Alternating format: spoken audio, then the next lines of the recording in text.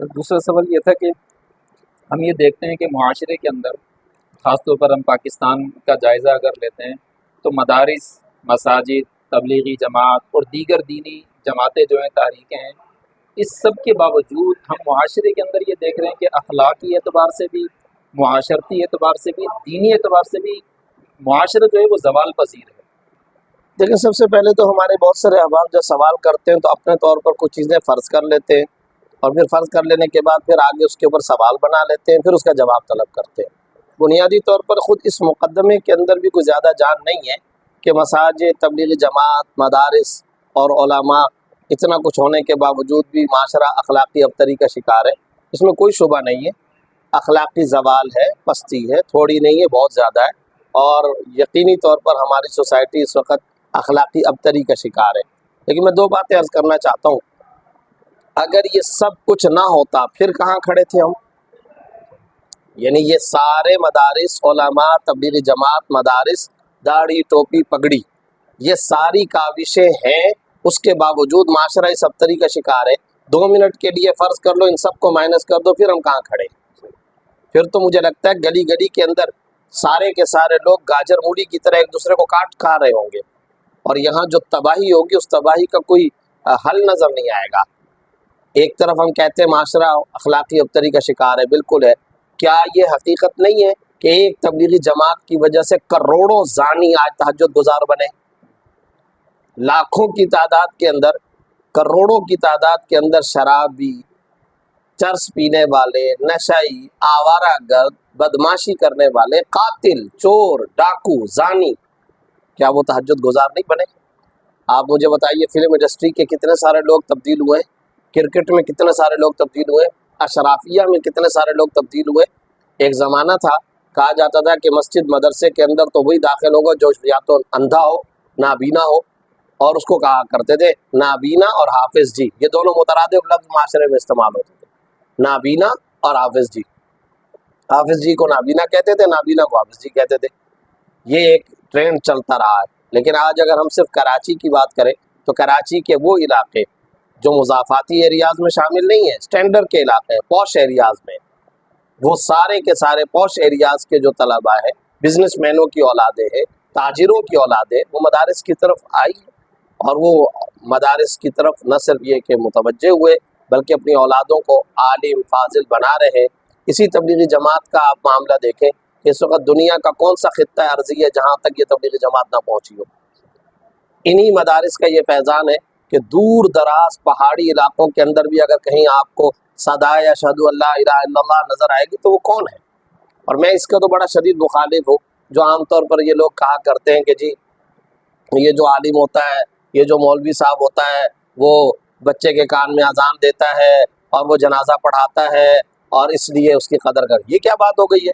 عالم دین کا کردار بڑا ہمہ جہت کردار ہوتا ہے۔ اس وقت آپ سے میں پوچھتا ہوں، آپ مجھے اس سوال کا جواب دیں، اس وقت فلسطین کے اندر آگ لگی ہے کہ نہیں لگی؟ پاکستان کا کون سا طبقہ ہے جس نے فلسطین کے ان مسلمانوں کی سب سے زیادہ آگے بڑھ کر مدد کی ہے؟ کون سی یونیورسٹی نے آگے بڑھ کر کے مدد کی ہے؟ کون سے کالج نے آگے بڑھ کر کے مدد کی ہے؟ کون سے اسکول نے آگے بڑھ کر کے ان کی مدد کی ہے؟ اگر مدد کی ہے تو پاکستان کے آپ کو یہی داڑھی ٹوپی پگڑی والے نظر آئیں گے۔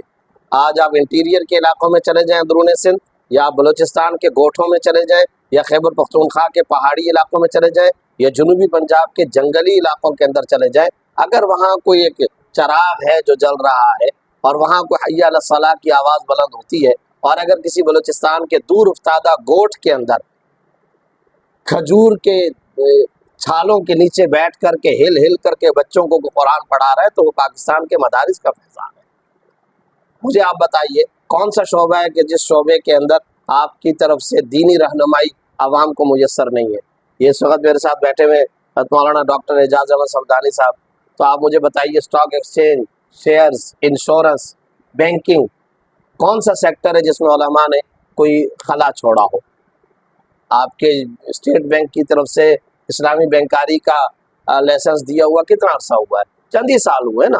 قوموں کی زندگی میں چند سال تو کوئی حیثیت ہی نہیں رکھتے، جمعہ 4 دن اس کو کہا جا سکتا ہے، لیکن یہ پورا ایک اسلامی بینکنگ کا بلاک وجود میں آ گیا ہے، تو یہ کس نے کیا ہے؟ اسی طرح علماء کی اگر کوئی سیاسی جماعت ہے، آپ اس کے کسی جزوی طریقہ کار سے اختلاف کر سکتے ہیں، ان کی کسی جزوی پالیسی سے آپ کو اختلاف ہو سکتا ہے، لیکن بہرحال اس میں کوئی شبہ نہیں ہے کہ اس وقت فحاشی اور یعنی مغربیت کا جو سیلاب ہے، اور پھر یہاں جو وہ اسلامائزیشن ہے قوانین کی، اس کی راہ کے اندر یہ مغرب جس طرح سے رکاوٹیں ڈالتا ہے، تو ان رکاوٹوں کا مقابلہ کرنے کے لیے یہی جو علماء کی کوئی سیاسی جماعت اور کوئی سیاسی نمائندگی ہے تو وہی کر رہے ہیں، تو ہر میدان کے اندر یہ کر رہے ہیں۔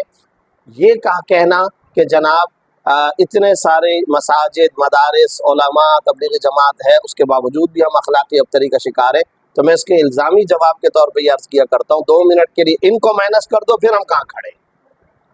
پھر تو خدا کی قسم گلی گلی میں لاشیں ہوں گی، پھر جو تباہی ہوگی اس تباہی کا کوئی آپ تصور نہیں کر سکیں گے۔ ٹائم نہیں لگے گا اس ملک کو تاجکستان اور ازبکستان بننے میں، جہاں اذان کا تعارف نہیں ہے، جہاں سجدہ اب ختم ہوتا جا رہا ہے، جہاں مسجد کے بنانے اور قرآن کے نسخے پر پابندیاں ہیں۔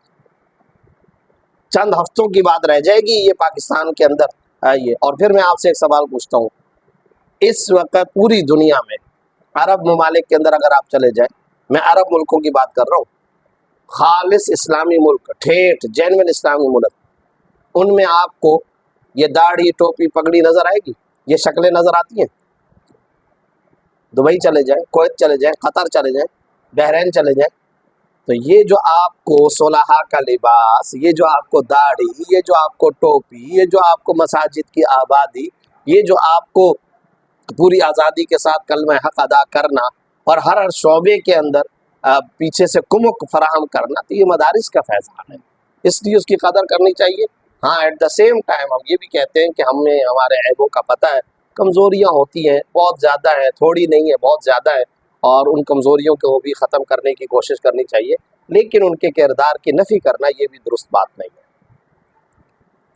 بہت بڑی غلط فہمی کا ازالہ ہوا آپ کی اس گفتگو سے، اللہ آپ کو جزائے خیر دے۔